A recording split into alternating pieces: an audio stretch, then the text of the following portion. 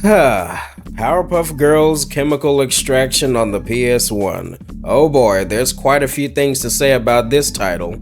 For starters, while the idea of a Powerpuff Girls fighting game sounds good on paper, the execution of said idea was not very good at all. I know for sure if I owned this game as a kid, I would have probably stopped playing halfway through, and it's not even really difficult to be honest.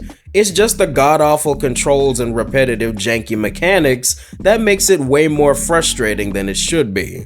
And if there's one thing you really don't want to fuck up in a fighting game, it's the mechanics.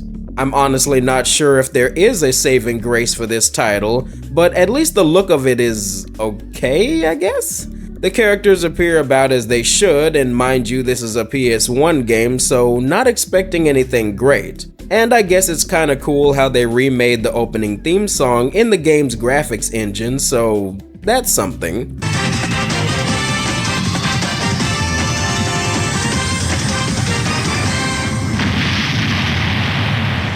Surprisingly, this game has an actual story campaign that involves the girls and the villains of Townsville fighting over a pie laced with Chemical X. And yes, as ridiculous as that sounds, the premise fits in right at home with the style of other wacky Powerpuff Girls adventures, so I don't mind. Where's the pie? Why would anyone want to steal our pie? Well, since making the pie out of sugar, spice, and everything nice would only make it perfect, I added some Chemical X, so it would be super! With the addition of Chemical X, that piping hot pie was hot property, and only one villain is depraved enough to swipe an X-powered pie. Mojo Jojo. He's stolen our baked goods and made them baked bats! Come on, girls, let's go! Now, I don't know for sure if anyone playtested this game before launch, but holy shit, the AI on the computer opponents is broken.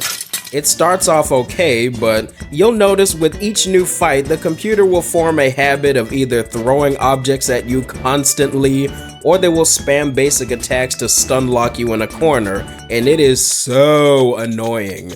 It also feels like your recovery and attack speed is much slower than them too.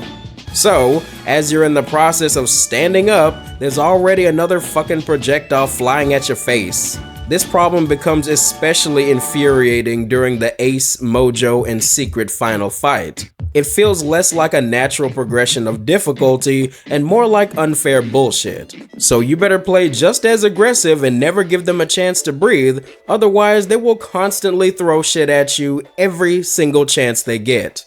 And it makes it worse when you're trying to collect Chemical X. Speaking of which, I'd say the most satisfying thing to do is collect the bottles of Chemical X so you can blast your opponent with laser eyes or whatever special move they have. About half the time the attack won't even freaking land, but when it does, it deals good damage. There's also a piss poor excuse for a block that I only discovered during a second playthrough. You need to time it just right for it to actually be effective, but don't let that fool you into thinking this combat has depth. Anyway, after you trudge through the same identical campaign 3 times in a row, you get to unlock the true final boss against who else but... Not so fast! What's this? The day is not saved? Hello, girls! Oh no! Oh no! Not him! Mojo, you fool! What possessed you to give Chemical X to all those dim-witted villains? Now you have to answer to me!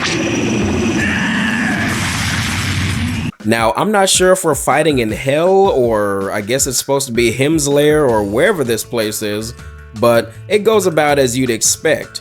Him constantly flies around and throws objects at you non-stop, what a surprise, and he will occasionally use his laser eye ability against you. For some reason, it feels more powerful than it should be, but since this is the last boss, it's not that surprising.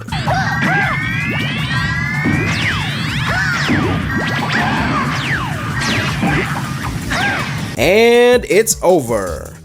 Now that he's done for, all the other characters are available to play as in the Simulation Versus mode, which is admittedly cool. If I actually owned this game back in the day, the Simulation mode is probably what I'd be doing most of the time. Even a bad game can be somewhat more fun with friends. Still doesn't change the fact that the gameplay is ass overall. I only really came back to this title for this Cartoon Network marathon, but I definitely don't see myself returning to it anytime soon. So, girls, you want to go make another pie? No way! Seriously, Bubbles, did you not learn your lesson after all that? What's wrong with you?